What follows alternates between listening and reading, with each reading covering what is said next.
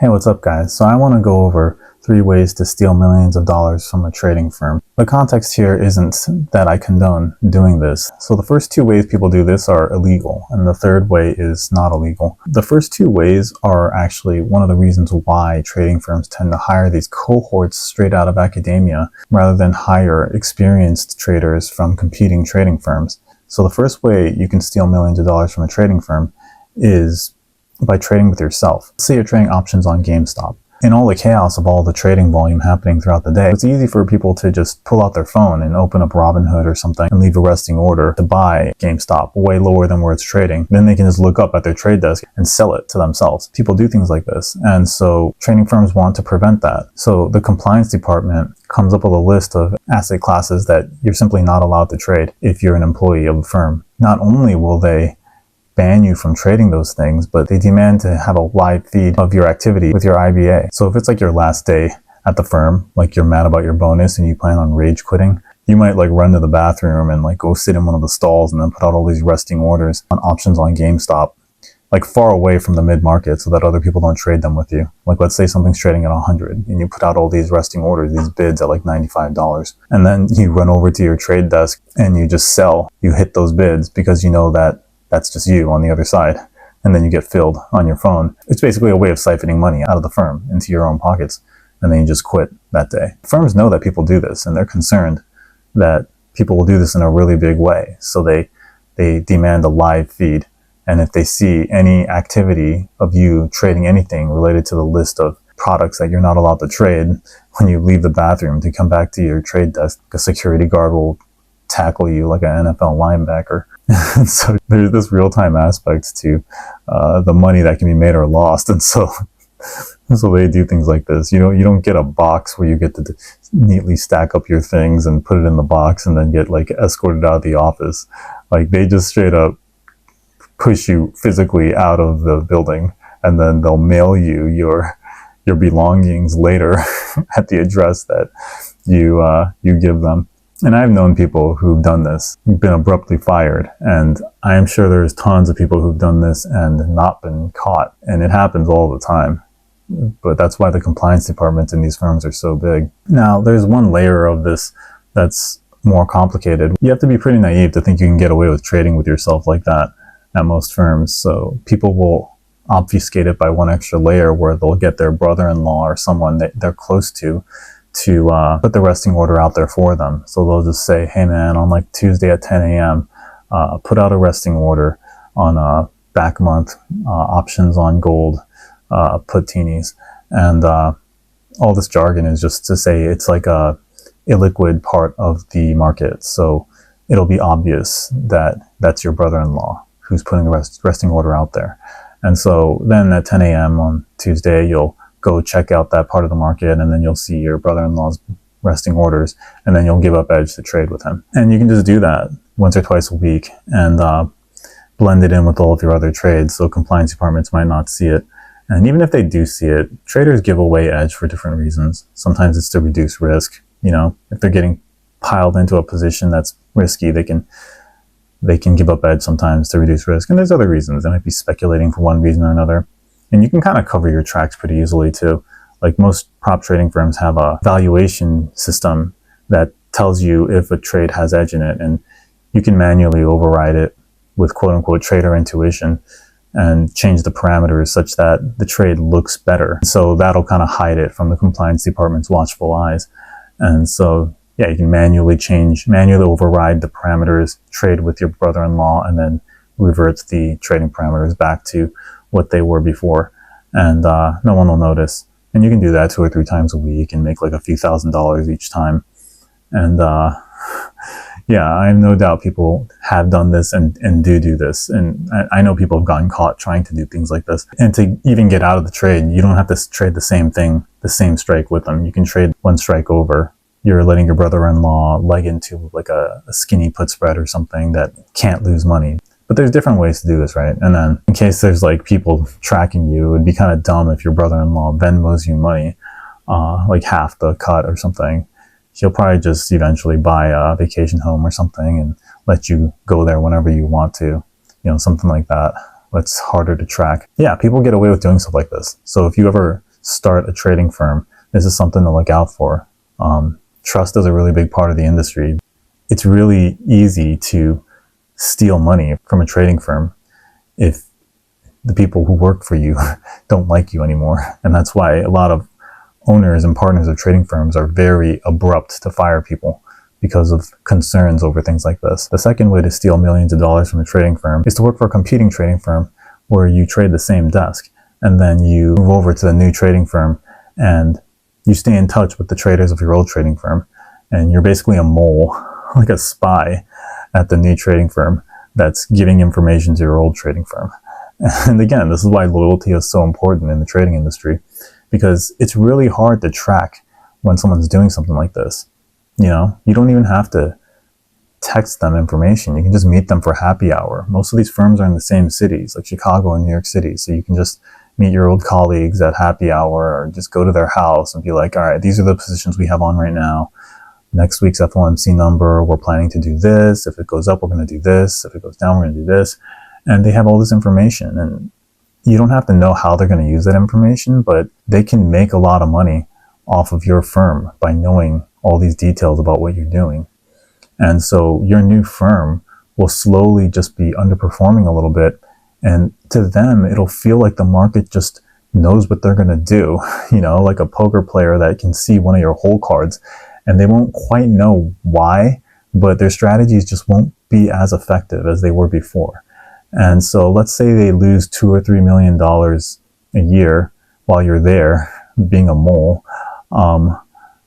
Not altogether, just they make 2 or 3 million less than they would make. Let's say they make 10 million a year on average, they might make 7 million.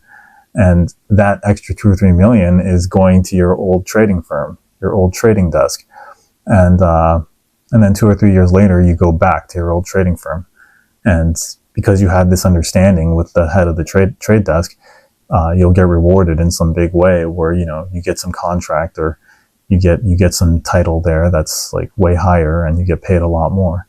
And so people do this, and that's why, again, loyalty is so important in the trading industry. It's not too dissimilar from, you know, being president of the United States. A lot of presidents go into the presidency worth like $2 million, and then they basically look the other way or pass certain like regulations that favor like one particular firm or industry, and then once they leave the presidency, they get a consulting gig where they get paid like $100 million over 5 years. Coincidentally, it's those same firms that they look the other way for. And so there's a bit of this like scratch my back, I'll scratch your back kind of thing.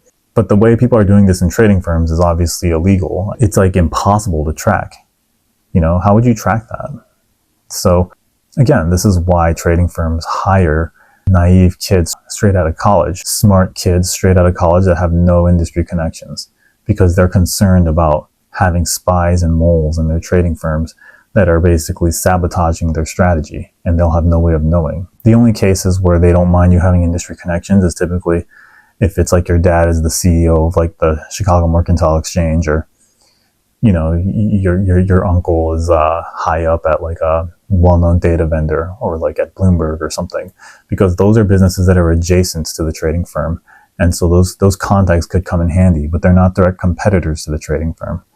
And so you see people with those kind of connections get pulled into trading firms really quickly for that reason.